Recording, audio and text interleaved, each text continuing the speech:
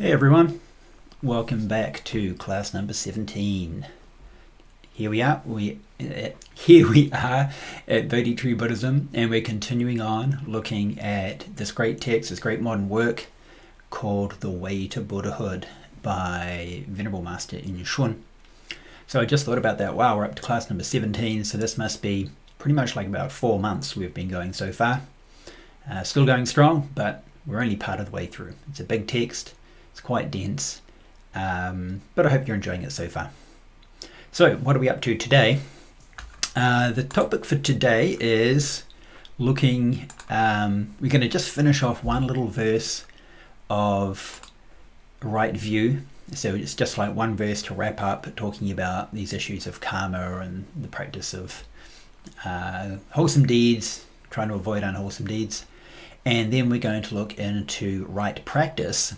And then we're going to look into this idea of the 3 ways of generating merit. So we're going to introduce this idea of merit, punya, at the start of today, but we won't be able to finish off that section. There's 3 of them, and we'll be continuing that probably for at least another 2 weeks. Okay, so let's jump on into the text. Here we are with the text.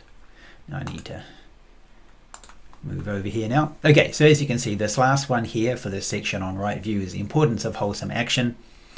Just one verse, it's verse number 43. 若时能行善，而未作善业，一旦苦果临，尔时复何为? If one has the time to do what is wholesome, but is yet to engage in wholesome actions, when painful retribution arrives, what can one do then?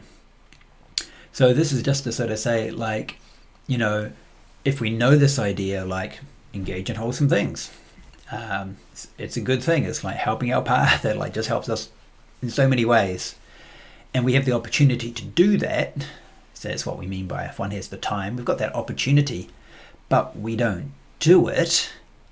Then, when painful results happen, what can we do about it then? Like, it's too late to do anything. You can't just wait until the bad stuff happens and then think, oh, I should do something good. I should do something to try to counter this.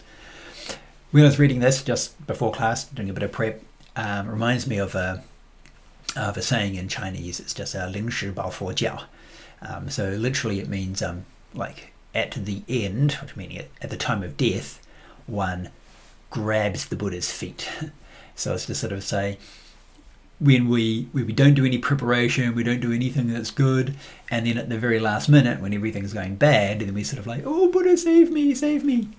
And that, unfortunately, kind of funny, huh? But it's kind of not funny. It's kind of funny because the way I say it, ho, ho, ho. But it's actually not really funny at all, right? This is unfortunately kind of what we do. We often have this notion, yeah, we should do the good stuff, and we should avoid the bad stuff.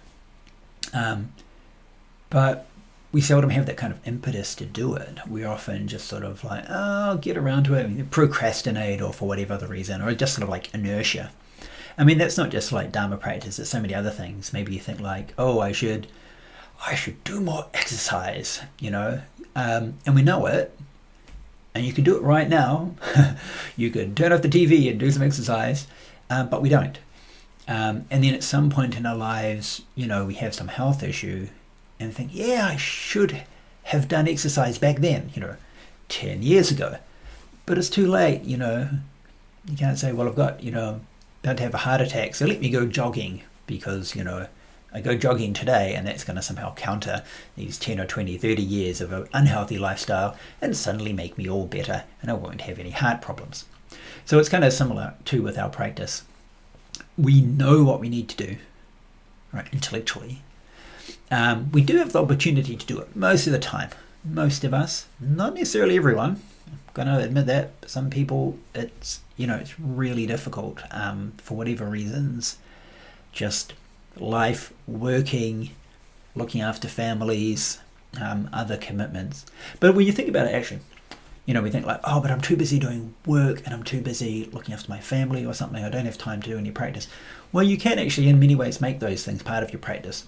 I mean, think about this. You think, well, oh, I have to take the kids to school and I have to pick them up from school, so I don't have any time to practice beforehand. Well, think about it like this, that act of looking after your kids is a wholesome act. It's done out of compassion. You want your kids to be safe. You want them to have a good education. If we think about that as itself like a form of practice, it's not something like, doing this thing is getting in the way of my practice. Make that part of your practice. Now, you can't necessarily do that for everything, but you can do it for a lot of things. You're cooking dinner. I don't have time to meditate because I'm cooking dinner. Hey, think about cooking dinner. You're making a contribution. You're giving your time, your energy, your love, your commitment to whoever you're cooking dinner for. That can be a part of your practice. You want them to be happy. You want them to be healthy. You want them to have good food, keeps them safe and strong. That can be part of your practice too. Okay, I'm kind of getting a bit off topic here. This verse is actually about when we think we should do something, but we don't. And then when the bad result comes, it's too late to deal with it then. So in other words, flip this around and say, so do the good thing now when you can, and then you won't have that regret when time comes, right? When that bad result comes to us. So that's kind of the basic idea here in this first verse. Okay, and that wraps up, there we go. This next one is in right practice, and that's like the next step on from right view that we've been covering for, a couple of weeks now. So, core thing. And this whole idea of right view, I think one of the biggest ideas is karma. To reiterate, wholesome actions lead to happiness. Unwholesome actions lead to suffering. Therefore, engage in the wholesome, refrain from the unwholesome. Our lives will have greater happiness and less suffering. Now, that doesn't mean that magically all our suffering is going to go away, or that we're going to be in this constant state of bliss 24/7.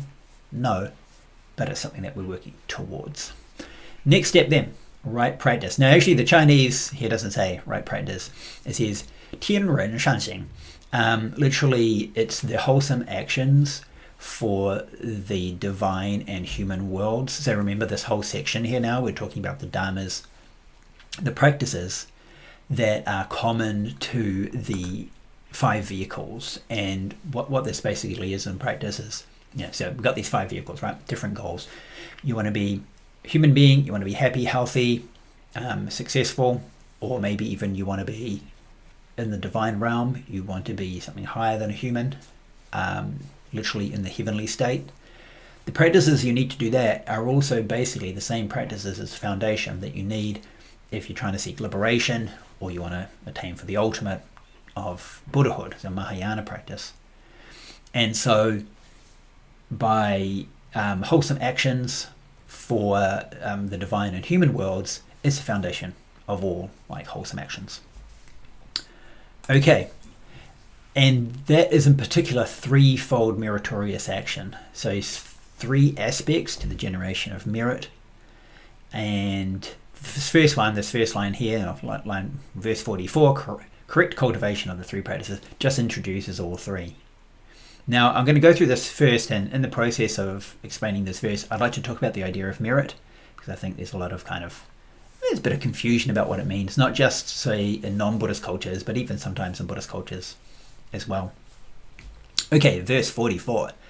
求人而得人，修天不生天，勤修三福行，愿生佛陀前.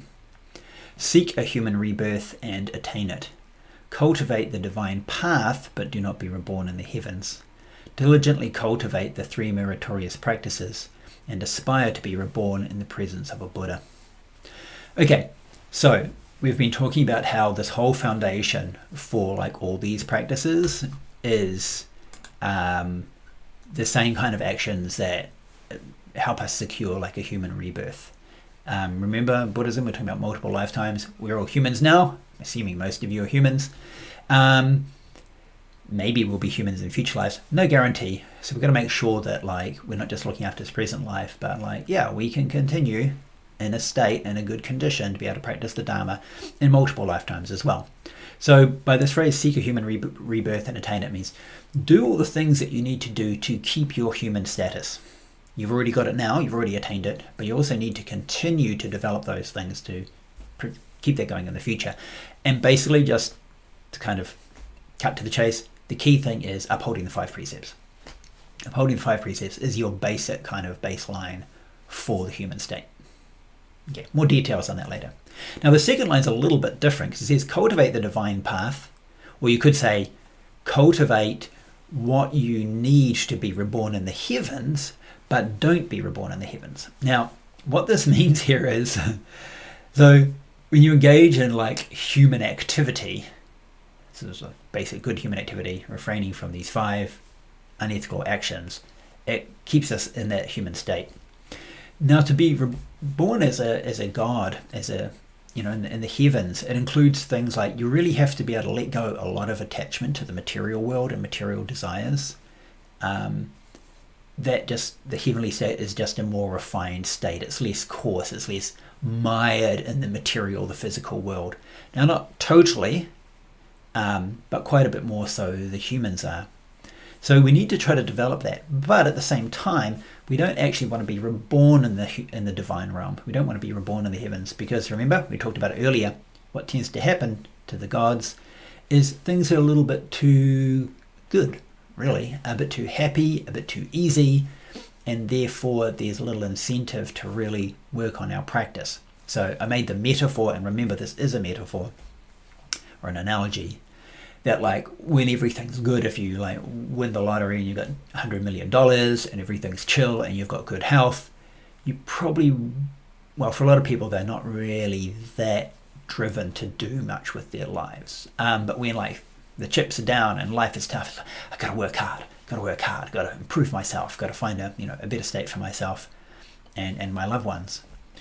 So you cultivate the things that would lead to the heavens, like loving kindness, compassion, a general detachment away from the material world, trying to reduce just our kind of sensual desires and not just get caught up in,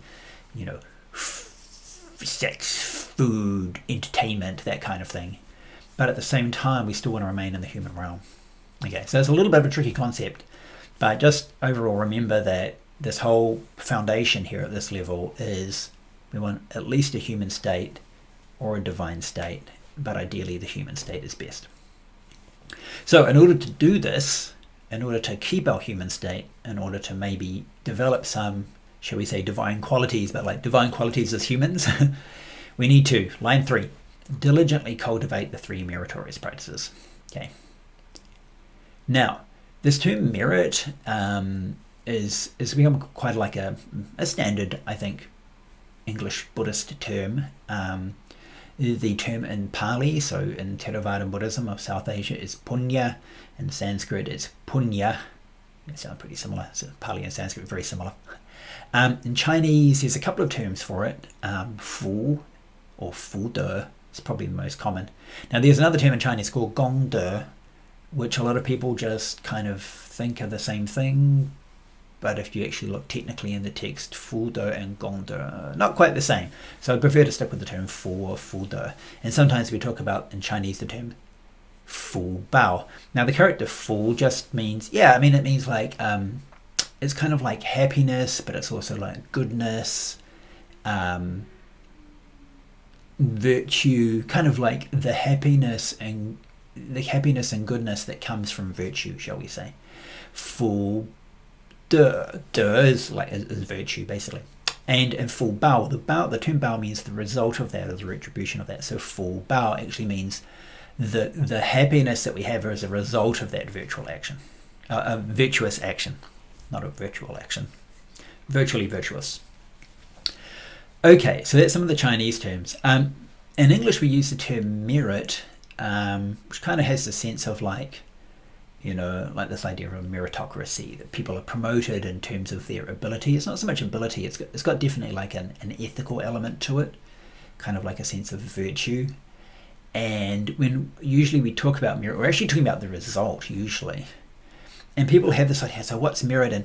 And often when it gets described, people use this kind of like a bank account type analogy, Like the more money you put into the bank account, the more you earn, the more you have in the bank account, and when you spend things, then the bank account goes down.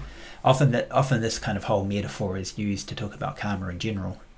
Maybe I should talk about this for a second. Yeah, this idea of talking about like a karmic bank account, it can be really kind of misleading, and I don't think it's a very good way of thinking about it. There's actually only one like classical Buddhist school that uses this analogy of like a karma and merit as like a bank account, probably because ancient people didn't really have bank accounts. More modern people are more familiar with this, but the difficulty with it, the problem with this idea is it's sort of like you either put in or you take out, right? You do a good deed, so you got $100 in, and then you do a bad deed and it takes $100 out, and then you're back to zero, right? But karma doesn't work like that. If you do a good deed, that's going to have its good result, but you do a bad deed, it's going to have its bad result. A good deed doesn't cancel out a bad result. And a bad deed doesn't cancel out a good result. It just leaves you with both of them. So a better analogy is, excuse me,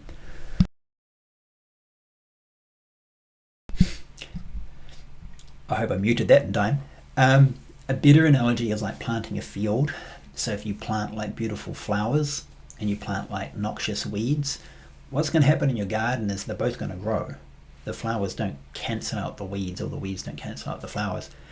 But of course, if you grow your beautiful flowers and you really look after them, and you kind of weed the bad weeds, the beautiful flowers will take up all the space in the garden, and the bad weeds won't have any place to grow, or vice versa, right? So it's not just that they cancel out. I mean, they do influence each other, but it's not just a direct like a bank account, money in, money out, that kind of thing. Okay, so now I've been talking about karma here, but you think, but the text here is talking about merit. Merit is just wholesome karma, really, or we could say merit is the result of wholesome karma. It's as simple as that. It's not a tricky thing at all. And I think when I explain merit like that, I think for a lot of people it kind of click. A lot of people get into Buddhism and, okay, the basic idea of karma, okay, I can kind of like get a handle of that. But somehow this idea of merit, people don't buy into, and I think it's because of the way it's talked about, the way it's explained. Wholesome karma is merit. Now, in this text, as part of the text, we've got these three types, these three like categories. But really, it's not only these three categories. Any sort of wholesome good deeds that you're doing are a generation of merit, and that's going to lead to our happiness and our benefit in the future. Okay, now what are the three? I'll just mention very briefly what are the three. We're still going to get back to line 4 here. So the three are, well, I can maybe like scroll through here because we can see it in the heading. The first one is the meritorious action of giving, generosity, charity, if you like. It doesn't have to be charity, just giving. Morality, so this includes the ethics and the precepts, right? Upholding the precepts, 5 precepts and the like, 5 precepts. The 8-fold fasting precepts and the 10 wholesome actions. These are all part of merit. And then the meritorious action of meditation. Now, meditation in this category, I like to call it like preliminary meditation. And then it gets into like the 4 dhyanas and like a lot of like details here. But usually, because this whole idea of merit is usually sort of classed in this category of like Dharma practice for lay people. Okay, just want to emphasize that. This whole idea of the 3 forms or the 3 types of meritorious practice basically constitute lay Buddhist practice. Now, don't think that that's somehow like lower. There's still a huge amount of work, and there's a great art and skill to this. So don't kind of look down and think, oh, I want ultimate teachings. I want ultimate like the highest level because I'm such a superior spiritual being. Yeah, I mean you might be, but yeah, you might not be either. And start with a good foundation. Just start with the basics and build your way up. Where was I going? Oh yeah, so when in the context of lay practice, yeah, I mean there can be meditation, but let's just kind of be blunt here. Really, the depth to which one can take meditation and the average lay lifestyle compared to the depth that one can take meditation as a monk or a nun who is full-time dedicated to that practice, yeah, it's not the same. There's like a real kind of, there's a qualitative distinction there. So it's kind of like leading in, shall we say. Three meritorious practices can lead into these deeper practices later on. And then the last line is, of course, aspire to be reborn in the presence of a Buddha. This is just in general, we could say it's like a devotional aspect to it, not just our attitude towards the Buddha, taking the Buddha as our role model, taking the Buddha as our teacher, our guide, and that kind of like respect that comes from that, which itself is like already a very powerful force. The more we keep the Buddha in mind, the more we start to kind of hopefully take on the qualities of a Buddha, at least in, even a small way. I mean, that itself is very powerful. But also in the sense that there's also a little bit of an element here of this idea that, we have Dharma teachings, but, it wouldn't be the same as having a class with me, Matthew Osborne, is not quite the same as, being born in a time and a place where there's the Buddha and you can go and like learn from the Buddha. I mean, if you listen to this class, hopefully you like this class. But come on, which option are you going to take? I mean, if the Buddha appeared in this world, you wouldn't have this class. Not because, well, partly because people wouldn't want to do it, but I wouldn't be doing it myself. I'd be over there listening to the Buddha and telling you to listen to him instead of me. Okay, so this is kind of like, it's got this devotional aspect, this faith aspect. Having that in our mind is itself already a very powerful force. And even if we're just cultivating these three meritorious practices, if we can get more specific instructions from someone of much greater wisdom and compassion, I mean, take it. I mean, that just kind of stands to reason. Okay, now that's the second verse for today. Maybe we should just wrap it up here today, and then next week we can talk about the meritorious action of giving, and it's got how many verses? Three verses. And then morality, we got a few more here, right? It's going to be another one. There's going to be a few more classes just talking about this basic content, right? So maybe today class is a bit shorter. Maybe I can finish off by going on a little side topic rant about something. I don't really have anything to rant about. Let's just go back and talk about this idea of like what merit is, it being wholesome karma. It's basically as simple as that. So when we're talking about like the meritorious action of giving or ethics, or development of the mind, also known as meditation, I mean, these are all wholesome states, and so it's all developing merit. Now, another way to look at it, particularly, let's just say, talking about like giving, for example, sometimes in some later texts I talk about cultivating merit as cultivating the requisites for the path. So sambhara is the Pali or the Sanskrit word. In Chinese it's ziliang. So this idea, the path is a long path. We're going to have a long-term vision here, not just short-term. I'm just going to practice so hard for 3 months to become an arahant and then I'm free. Simple as that. But we got to think long-term, and just, being reborn as a human is one thing, but we also need other things as a human, right? I mean, just human alone isn't really sufficient. We need to have ample resources. We need to make sure that our material lifestyle doesn't have to be like wealthy and rich, but it has to be sufficient. Got to have some food, got to have some clothing, some shelter. You need basic medical things. You need to be in fairly, you need to be living in a society that's at peace and is in general like a good, safe society, right? I talked a week or two ago about like a friend who was still doing a Dharma practice in eastern Ukraine when literally the city she was in was kind of being bombed and rocketed. I mean, I don't know how she did that. Wow. Just quite mind-blowing for me. But it's not the ideal situation, right? So when you think about it like that, like, if ideal Dharma practice would have, if I had just food and I had a place to live and I had shelter and I had medical things and all those kinds of stuff, and it was a safe, happy, harmonious society, then I could really do so much more on my practice. Very true. Very true. So how do we get those things? Well, how do you get your material resources? Through generosity ourselves. Let's just make things really simple. You want to have ample food? Well, we need to also make sure that we are providing food for others. You want to make sure that we've got ample clothing and shelter? Then we should also try to provide clothing and shelter for others. You want to make sure you've got your medical needs and your health needs looked after. Guess what? We also should try to provide these things for others.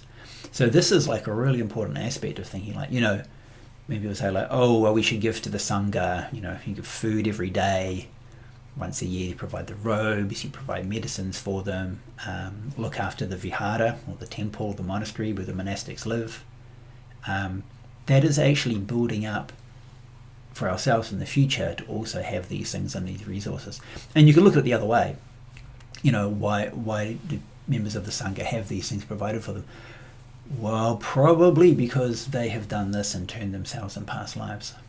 Now, finite causes lead to finite results. Just because you're in a situation to have those resources now in this life doesn't mean it's always going to be like that. Remember, we talked about that, I think, last week.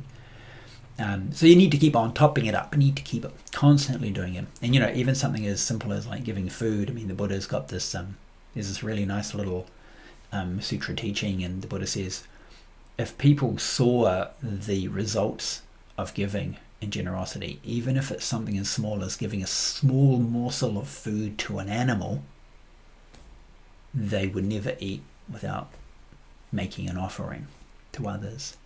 It doesn't seem like much. The Buddha's not saying unless you give vast quantities of food to me and my friends. No, they're you give, I'm imagining a monk or a nun who's gone begging for their alms food in the village in the morning, and they go back, maybe they go into the forest where they're going to meditate for the day, and they take a little bit of that food out of the bowl and they set it aside on a rock for the squirrels to come along and eat, all the birds to eat. Doesn't seem like much, right? But the Buddha is saying hey, just even do something as small as that is good. That will be a good result, even giving a small amount of food to an animal. And remember, in the Buddhist system, karma, if the results that you get are partly dependent upon what you give, partly dependent on the attitude, the state of mind you have when you give, but it's also partly dependent upon the virtue and the spiritual development of who you're giving to. And animals are nice and cute. I love animals, but they're not highly spiritually advanced animals. Okay, we're not talking about Lassie here, okay? Lassie's an exception. You probably get greater merit from giving to Lassie than, I don't know, probably quite a few people. But I'm just talking about a regular squirrel out there in the woods, bush squirrel, let alone if we are to give to other people, good people. And by doing so, in turn, it also means that we have these resources ourselves. Maybe we've got 2 minutes left. Maybe I'll finish with one short little story. It's quite a popular little story, particularly in Chinese Buddhism. So the story goes like this. How does the story go? So I'm trying to. I know the story, I just don't know where to start it. So after, maybe around the time of the Buddha, not long after the Buddha, there was a monk who was an arahant, and he had incredible meditative practice and ethics, and he had, of course, the wisdom to be an arahant. He liberated himself from samsara and removed all the afflictions. So, boom, liberated. Goal is reached. However, when this monk would go begging for alms food, he would hardly get any food, and he was hungry, day after day. He was almost starving to death. So he's got meditation, he's got wisdom, but he doesn't have material resources. Anyway, so one day he's passing by somewhere in the city, which is the king's elephant enclosure. So as the king, some Indian king, of course, modern day kings have these giant garages full of, Ferraris and Bentleys and Maseratis and all these, fancy cars. They have a bunch of elephants, racing elephants and, fancy show elephants. And he stops and he sees one of the elephants, and the elephant's adorned as this royal elephant would be, and it's covered in gold and silks, and it's got a canopy over it. He stops and he goes, wow, and he starts talking to them. He says something to the elephant. And the next day, like, the elephant stops eating. The elephant keepers are a bit like worried. Oh, the king's elephant, it's not eating. This isn't a good sign. It goes on for a few days and they have to tell the king. So, what's going on? What happened? He said, well, we were in town and this monk came up and said something to the elephant. I said, what did he say? Get that monk, bring that monk in. So they went and found the monk and they brought the monk in, and the monk was like almost dead by this time. He was dying of starvation. He said, what did you say? What did you tell the elephant? He said, well, I realized with my psychic powers, because as an art, I don't know if he explained all the details. Anyway, he knew that he and the elephant were brothers in a past life. But there was a big difference. They were both cultivators of the path. He himself had cultivated meditation and wisdom, but hadn't engaged in really making much merit. Hadn't engaged in generosity or giving or looking after people. Was just like on a one line, I'm getting liberated, never mind anything else. Whereas his brother, now the elephant, had given in generosity and was very generous, but hadn't spent like any time at all really in developing meditation or wisdom or insight. And end result is, so there's a phrase in Chinese, so an arahant with an empty bowl and a highly adorned and decorated elephant. So the monk, by working on his practice but not working on merit, had liberated himself. So I guess you could say, ultimate win, but he's hungry, he's starving. Of course, to an arahant, that's not as distressing as it would be for us. It's still physical pain. Hunger is still hunger, but just not an emotional pain that goes with it. And the elephant, on the other hand, it's got all the wealth in the world. It's a royal elephant, but it's an elephant. Elephants are smart, don't get me wrong. Elephants are highly intelligent animals, but they're still animals. They're still only in that state. Lost their human rebirth. That's a bit of a tricky one. Like, what's going to happen to the elephant in the next lifetime? Are they going to remain as an animal? Are they going to go down the elephant, the animal? Have a worse rebirth? Be born as a bull and a sheep, a goat, a dog? Or, so they've got this wealth, but they don't have wisdom to use that wealth to liberate themselves or others. So, ultimately we need both. We've got to develop merit and we've got to develop wisdom. Really got to make sure that you've got a good enough foundation. You don't want to be starving. I don't want you to be starving. But I don't want you to be an overfed elephant or an overfed cat sitting in the sun. So we need to balance these things. We need to work on all of them. And for this level of the path, for the human and divine realms, in particular, let's get our foundation in order. So we're going to be talking about generosity, ethics, morality, and the basic entry-level meditation in the next couple of classes coming up. Okay, now I've gone over time. Catch you next week. Bye-bye.